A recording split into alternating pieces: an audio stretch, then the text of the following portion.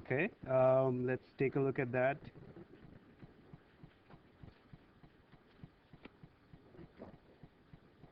So you're talking about this ijk or something else? Like this, like the In the integral, okay. Um,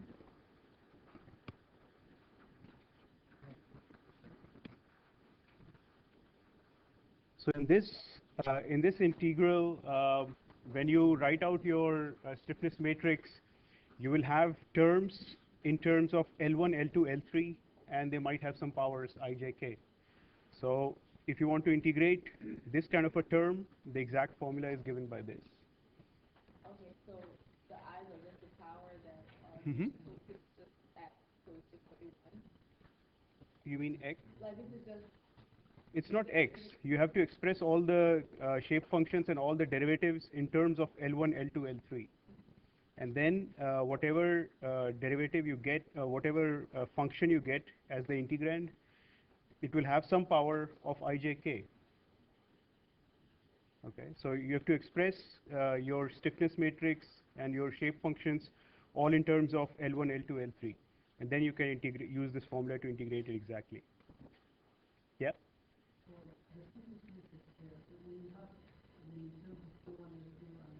Mm-hmm.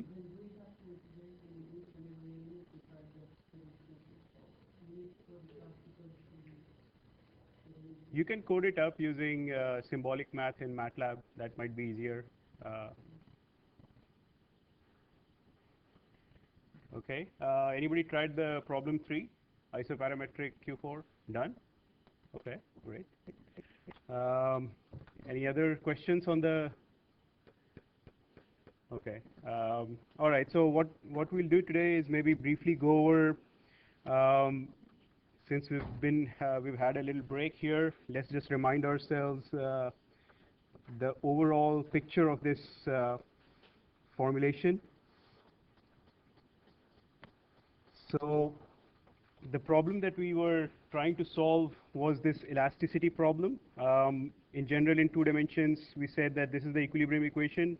You write the weak form by taking a virtual displacement times the governing equation, do your integration by parts, and you will come up with this sort of a weak form.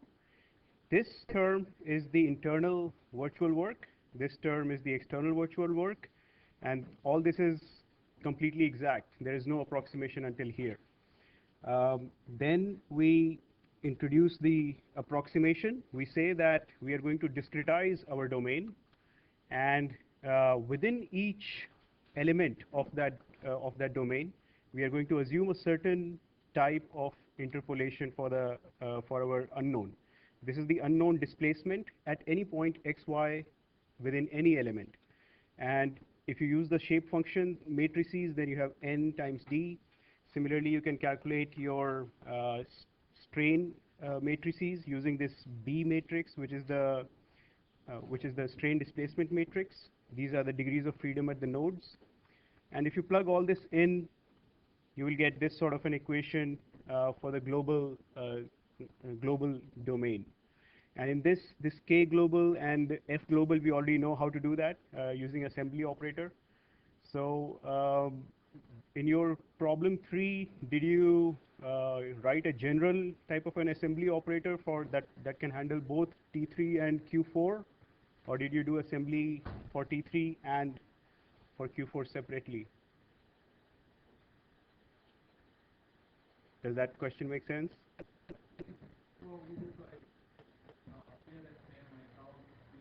Mm-hmm.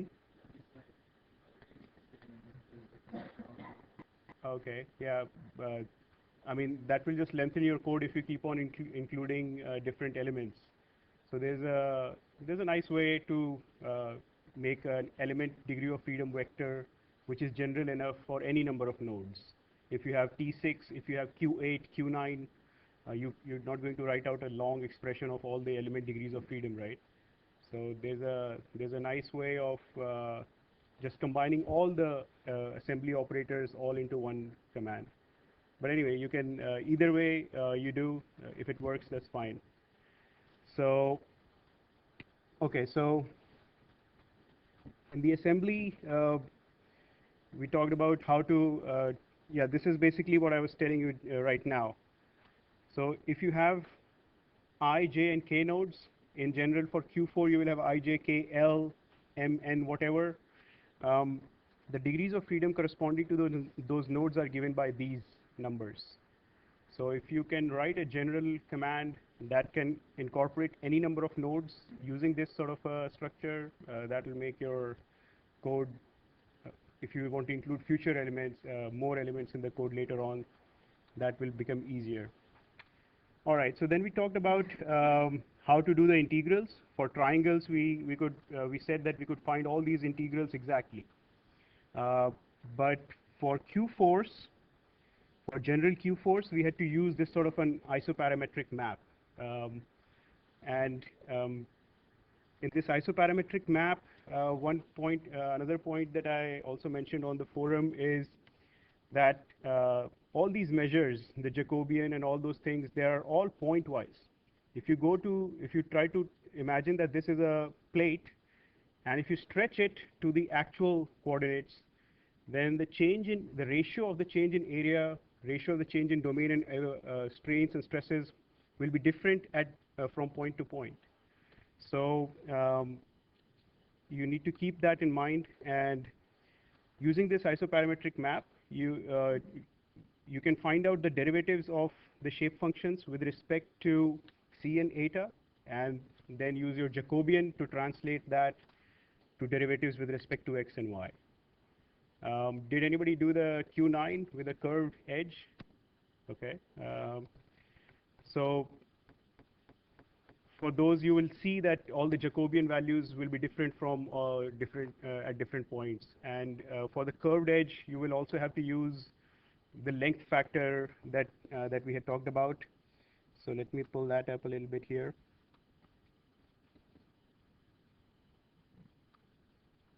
So this is the domain integral using Gauss quadrature. So for Q4 2 cross 2, Gauss quadrature was supposed to be full integration. For Q9, it is 3 cross 3. And for the edges, this is how you would do. So in the problem 2 on the homework, the edge that was given to you was this edge on the corresponding Q9. So this edge was transformed to a curved edge on the actual element. And you needed to calculate the length factor by assuming that there is the only thing that is changing here is this value eta. C is constant at 1. So that's why this is an edge from node 2 to node 3. C is constant. The change in length, this is the length factor. It has both dx over d eta, dy over d eta. So those are the things that you would need to calculate to try to find out what is the equivalent load if there is a constant traction on this edge. Okay. So basically, then we moved on to higher order elements. We talked about all these triangular elements, and we talked about all these Pascal's triangle rules. So we said that in each of those triangles, as you keep on increasing the number of nodes, you keep on going down the list of this polynomial approximation. And what that means is, if your polynomial approximation is complete, let's say up to this quadratic term, which is a linear strain triangle, which is this right here, T6. This is the one that you were doing for problem 1. So what would be the order of convergence of displacement for this triangle? If it can approximate polynomials up to the quadratic order, the error in the displacement, so in this case, the polynomial order P is 2. So the displacement error is going to be HP plus 1, right? That's going to be cubic, meaning if you double the number of triangles, decrease the element size by half, your error is going to go down by 8 times.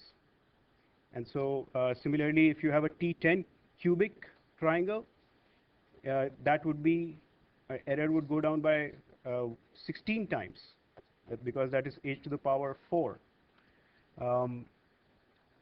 And then we also looked at how to do this area coordinates and how to construct all these shape functions for a general triangle with straight edges. If the triangle has curved edges, then there is actually not much use of those kinds of triangles, because the triangles are most beneficial only when you can do the integrals exactly. Yeah, question? Say that again. The Lagrange polynomial? Okay. So the idea of the area coordinate is that go to a point x, y within the triangle. Okay. Corresponding to this point x, y, you will have three numbers, L1, L2, L3. And the way we are defining those three numbers are by just constructing these triangles. So take this point x, y. This could be any point anywhere in the triangle. Construct all these triangles, find the area of this triangle, divide it by the total area of the triangle, that is your L1. So similarly, L2 would be this, and L3 would be that triangle. Sum them up, you will get delta. So these L1, L2, L3, they are equivalent area coordinates, but they are not all independent. This is the relationship that relates them. So in the original case, you had two independent coordinates, x and y. Here you have three coordinates which are related by this relationship, so you're back to two independent coordinates. The reason this is helpful is because you can construct shape functions very easily using this area coordinates. And what we went over before the break was this sort of a technique to construct the shape functions for a general node alpha, which is denoted by I, J, K.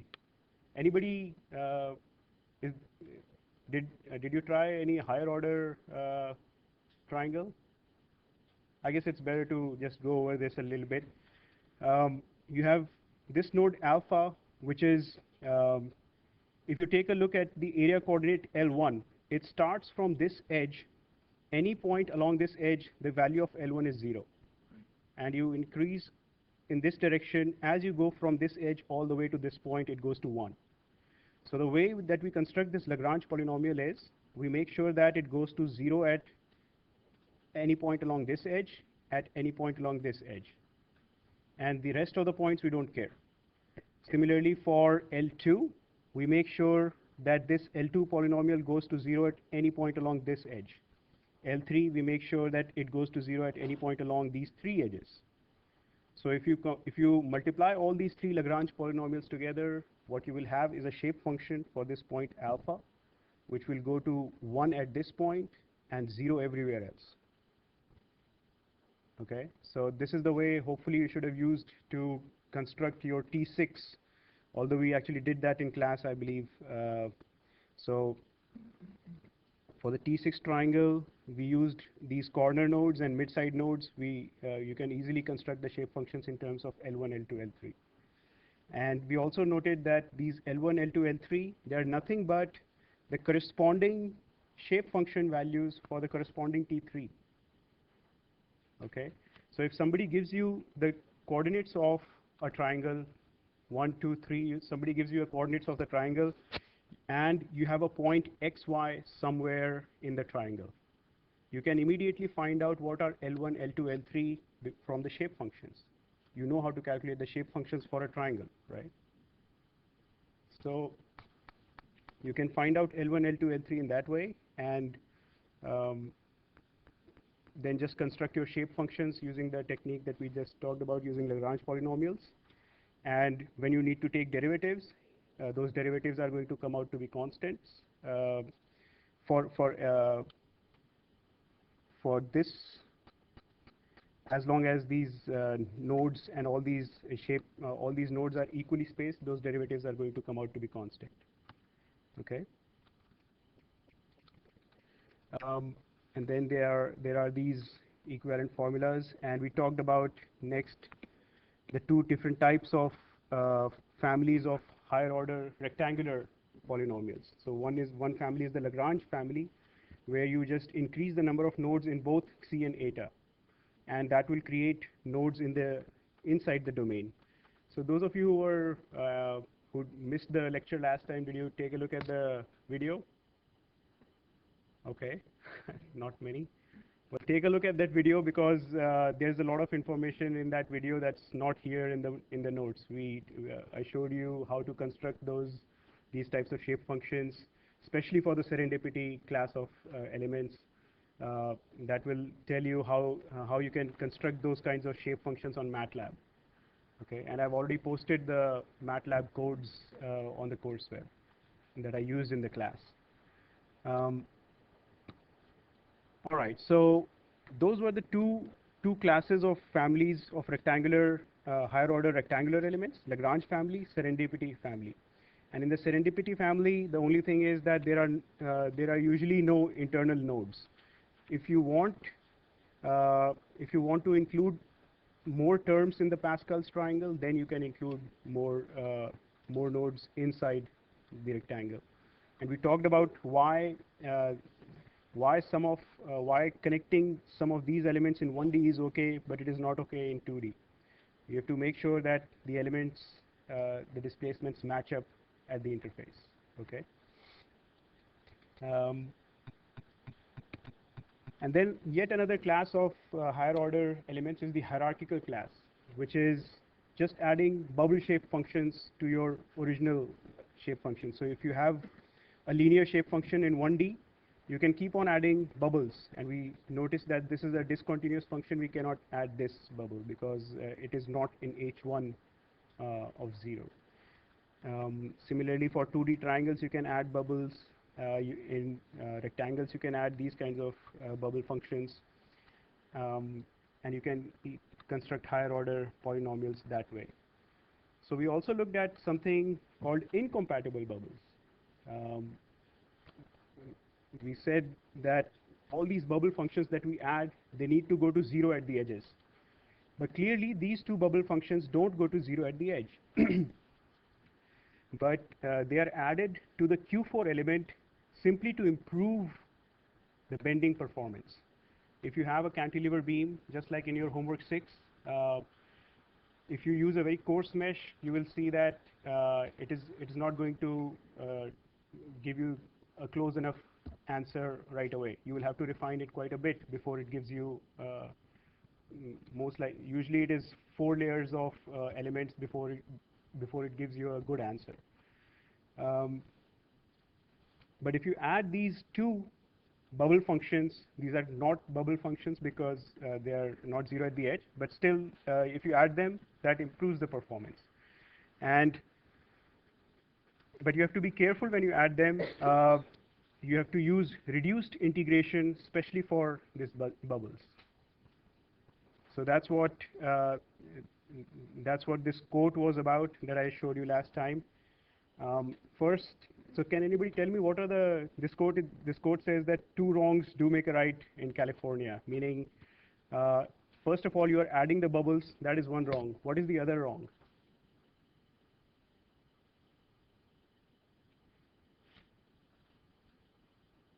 You're using reduced integration for a quadratic shape function, one Gauss point. So apparently just using this sort of a trick, people were able to construct this Q6 quadrilateral, which passes the patch test, which is convergent, and it shows good behavior for coarse mesh. So if you were to just take a 1 layer of element mesh, your first quadrilateral mesh, add these 2 shape functions to your each quadrilateral, it will capture the exact bending solution exactly, because this is part of the bending solution. Okay. All right, so let's take a look at what we have to. Let's continue with some of the convergence issues that we had talked about. So what we are going to talk about is when can we know that our method, whatever finite element that we have implemented, is going to converge to the exact solution for sure. So one way to define this convergence is like this. Convergence is usually said to be of 2 parts. One is consistency, and one is stability. And this is quite an important relationship. It might seem very simple that we are saying consistency plus stability is equal to convergence. It is a very important relationship that maybe with time you will understand. But so let's take a look at what these two terms mean. So consistency we've talked about before also is when your discretized weak form approaches the exact weak form for the continuum problem. What does that mean? Let's say you have this problem, the same problem from your homework. Um, this is the continuum problem. We have not discretized this. We are not using finite elements for this or anything. We're trying to find the exact solution for this problem. So if you try to on the other hand, if you have the finite element solution, as you refine the mesh, as your element size h goes to 0, meaning as you use smaller and smaller elements, it should go to the continuum problem. So that's that's the overall idea of consistency. So a couple of relationships here with consistency. This first equation, is it for this or is it for this? For the exact problem. For the continuum problem, you have this G, which is the continuum weak form. There is no finite element approximation in this. This is the internal virtual work. This is the external virtual work. And what this equation is saying is that this weak form has to be equal to 0 for all virtual displacements in the square integrable space over this domain. So this is h1 of 0, which we did in one-dimensional problems also. The second equation corresponds to this problem. This is the discretized problem. And therefore, the internal virtual work also is modified with h to show that this is a discretized problem. And what we're saying here is that this equation should go to 0 for all virtual displacements in a different restricted space. So this restricted space is a subspace of this one. This in this domain, if you consider all the square integrable functions, there are infinite number of that's an infinite dimensional space. However, in this one, there are only a finite number of nodes. Each node has a corresponding shape function. So this space is much smaller than this one. So this finite element space is actually a subspace of this one. So the reason this is important is because if we have a method, if we have a finite element method that is consistent, then in the limit we can write this relationship. This is the discretized internal virtual work. This is the continuum internal virtual work. And both of these will be equal for any function, let's say, which I'm denoting by dot, as long as you choose u bar within this space, not this space. Okay, what that means is I have some virtual displacements which are defined over my finite element space. If I take any function and calculate the internal virtual work of that function with respect to my finite element space, they will be the same for the discretized problem and the continuum problem. And that helps us in defining an error measure.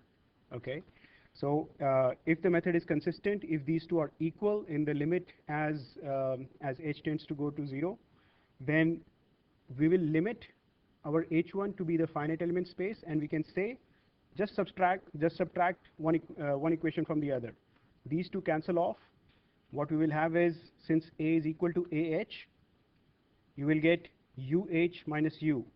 This is the finite element solution. This is the exact solution. So what does this become? This is the error. Okay. The error between the finite element solution and the exact solution is the internal virtual work of that error is 0 for all functions in the finite element space. And this equation here is called the error equation, another important equation.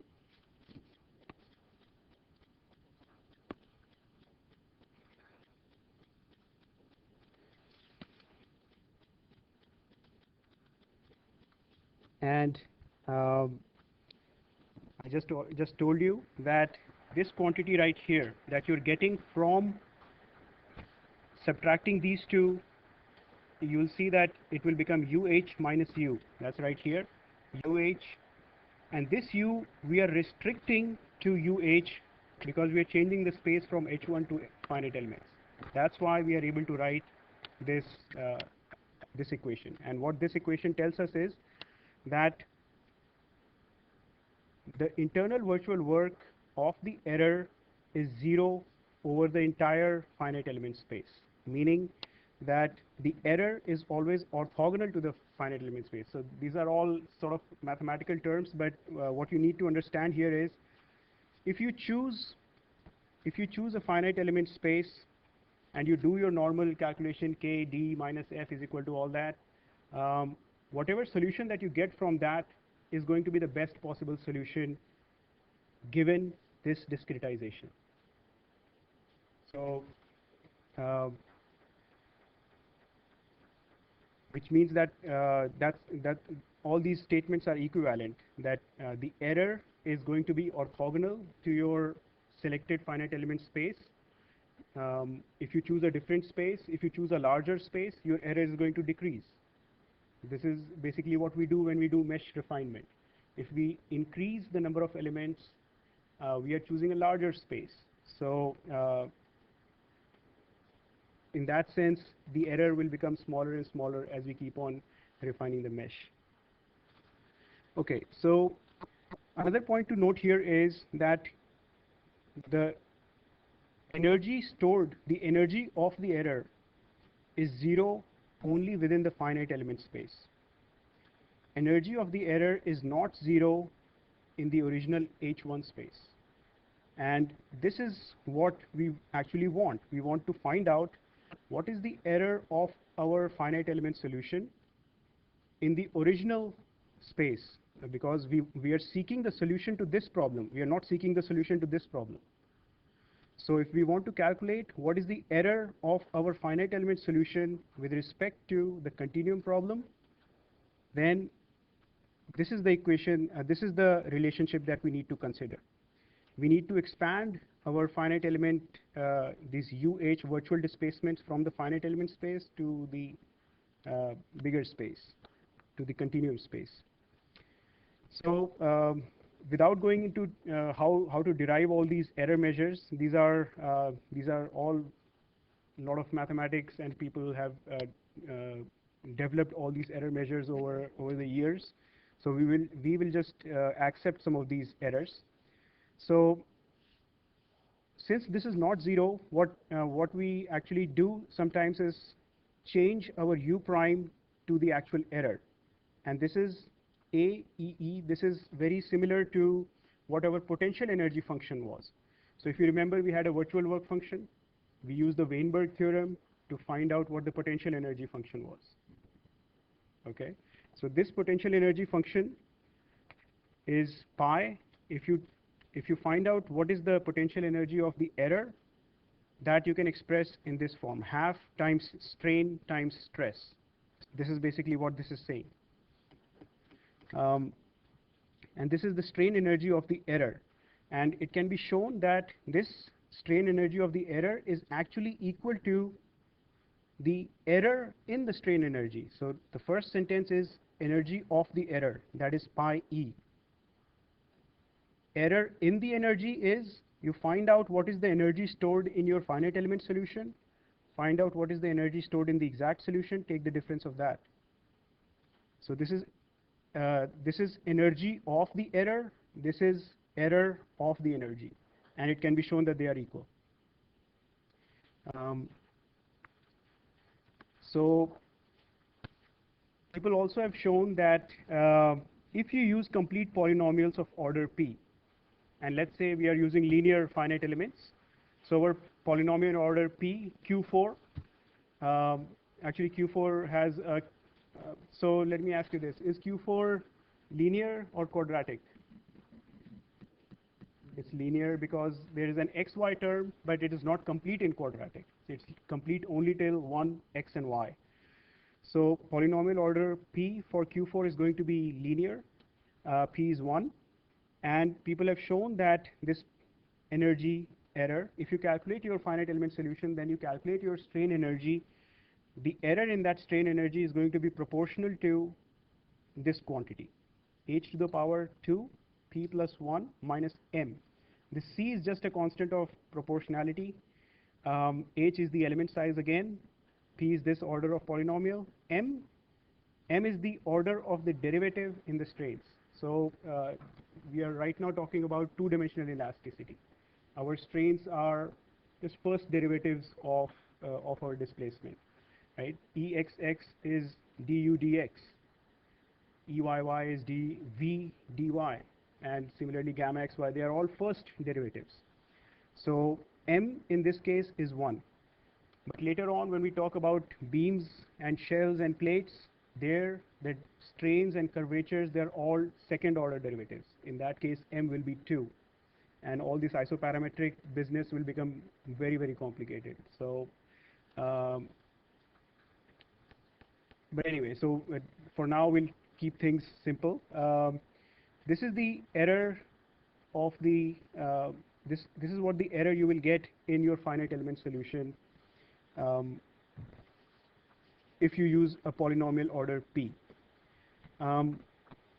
There are some other measures also. So let's say m is 1, therefore what you get is the error in the energy is of the order of 2p.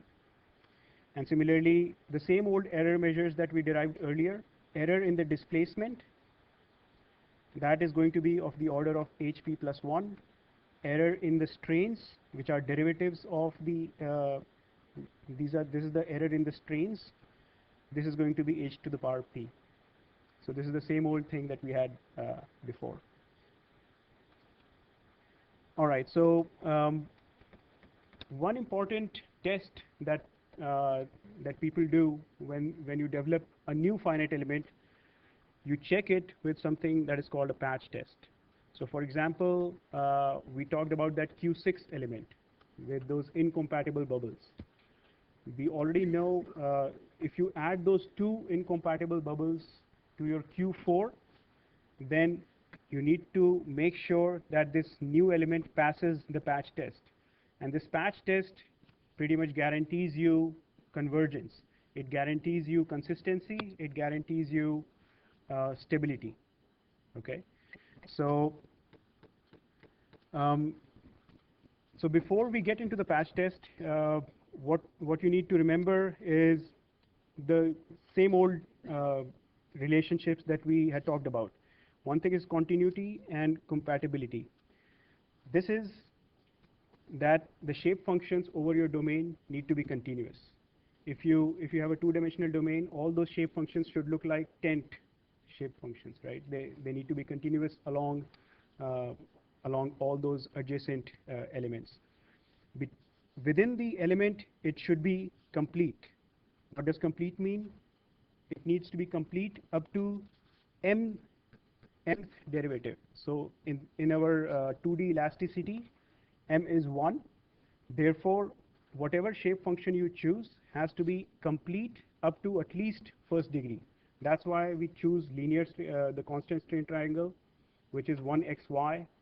We choose Q4, which is 1xy and xy and xy. So those are all shape functions which are complete up to the linear order. And this is something that we absolutely have to make sure before we go on to do the patch test. So once you have made sure that your element is continuous within the domain and it is compatible at the element boundaries, you need to check completeness. And then basically what the patch test is going to ensure is that your weak form, discretized weak form, is going to go to the, the exact weak form as your element size goes to 0. So we talked about this before also, that this condition is nothing but the ability of an element to produce a state of constant strain. So the idea is that if you have a patch of elements, you apply a state of pure, a uniform stress. Each and every element in that patch needs to be able to replicate this state of strain, constant state of strain. So here is a patch of elements, some arbitrary patch of elements, and we are applying this traction at those two edges. This is again a problem that you have solved in your homework. The state of stress is going to be constant everywhere. And if you construct a new element, let's say Q4, and you add on a few shape functions, just like a hierarchical element. You take your Q4, add on some more shape functions. You need to construct these kind of this kind of a patch, apply a constant state of stress, and see whether each and every element in the patch reproduces that constant state of strain and stress or not. That is basically what the patch test is. And if it does, then your element passes this numerical patch test. There are a couple of other patch tests also, but this is primarily for if you develop some new element. The elements that we have talked about, elements that are in Abacus, they're already well tested. You don't need to construct a patch test to make sure they converge and all that. Okay. So one way to check whether whether an element passes the patch test or not, actually theoretically you don't even need to construct this mesh and do the calculation. What you do is, let's say if the strain and the stress is constant, the corresponding displacement is going to be linear. So if the displacement at any point in this domain is linear, it is going to be of the form some constant x and y. And the displacement in the x direction, uy is the displacement in the y direction at any point. Those are going to be again linear functions. If you take the derivative of that, you will get constant state of strain, constant state of stress, which means every point everywhere is going to be the same stress. Now if you calculate what are the displacements at the nodes, let's say you have this node at nodes at the boundaries, 1, 2, 3, 4, 5, 6, 7, 8, 9, 10. All these 10 nodes, you find out what is the displacement according to this formula. And you impose that displacement on that patch. And then you calculate what is the displacement at these interior nodes. That is a patch test. If the element passes the patch test, then the displacement at the interior nodes are going to be also given by this formula. So this is a numerical way of testing the patch test. And there are some details in chapter 9, but this is just for your information, how you don't actually need to do a patch test every time you do a finite element model. The elements that are available to you already pass the patch test. All right, so that's basically pretty much about the theoretical part and things about two-dimensional problems. We are just going to briefly discuss this extension to the 3D problems. There is not a whole lot of new conceptual things here either. So what I'm showing here is, let's say you have some three-dimensional beam, which has some sort of a notch. You have discretized this beam with a lot of three-dimensional elements. Once again, your governing differential equilibrium equation is the same. It's just that your stress, instead of being a 2 cross 2, a two-dimensional tensor, it will be a three-dimensional tensor. Body force is three-dimensional. Same relationships hold for the boundary condition. This is Cauchy relationship, your Dirichlet boundary condition. if you use small strains, this is your strain displacement matrix, and this is your Hooke's law if you use linear elasticity. And this is pretty much the biggest assumption in almost all of the finite element problems. Obviously, no material out there is small strain linear elastic. If you consider all these buildings, composite composite bridges with steel and concrete, they are only linear elastic in a very small range. As soon as you start to go to higher deflections or plasticity or failure, this relationship breaks down. So this is the biggest assumption that we have made till now. Obviously, we can change this assumption. If you have people do a lot of material testing, you can change this relationship to accurately depict whatever behavior concrete or steel does. So if you do that, the solution that you will get from the finite element solution is going to be the best possible solution. Okay. So the same thing that we did for our two-dimensional problems, we'll do here also. Take our equilibrium equation, multiply it with a virtual displacement, integrate over the domain, set it to 0, and this is how you would derive the method of virtual work. So let's see what this becomes. If you do integration by parts and if you do the Voigt notation, what do we get?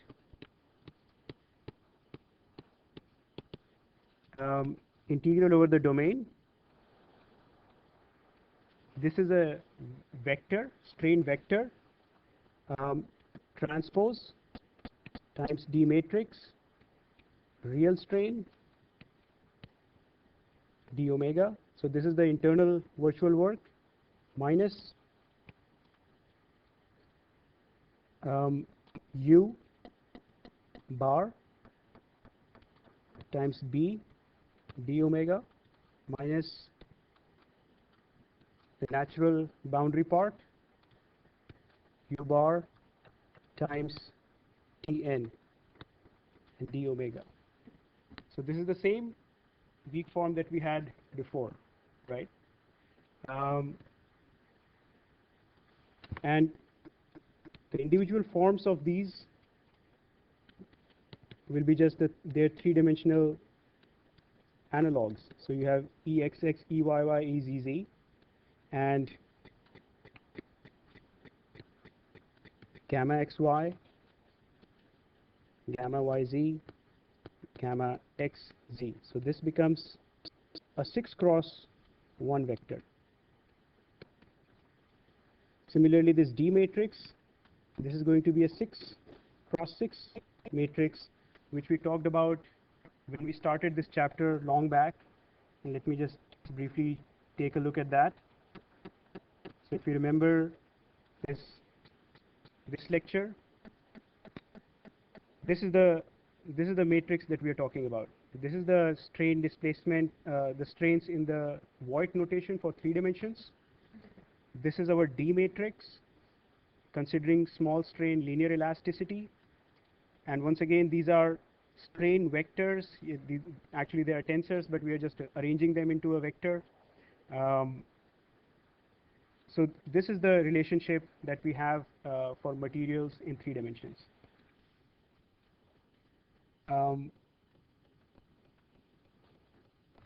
Okay. So similarly, U, this U bar is going to be Ux, Uy, Uz. A 3 cross 1 body force. What is that? What is the dimension of the body force? This is also 3 cross 1. And there should be a transpose here. There should be a transpose here. Because the product of these two terms needs to be a scalar, right? Because this G is a scalar. So here what I've done is I've skipped quite a few steps. What you needed to do here was to do integration by parts and substitute the Voigt notation. Then you would get this equation. All right, so what should we do next? If we want to solve a three-dimensional problem, something like this, we take our equilibrium equation, multiply it with u prime, do integration by parts, and we come up with this weak form. Now what? Okay, so discretize it. Let's say we have discretized it into all these number of subdomains. So even now there is no approximation. This is equal to sum over all the elements going from 1 to, let's say there are m elements, integral over each element domain of the same quantities,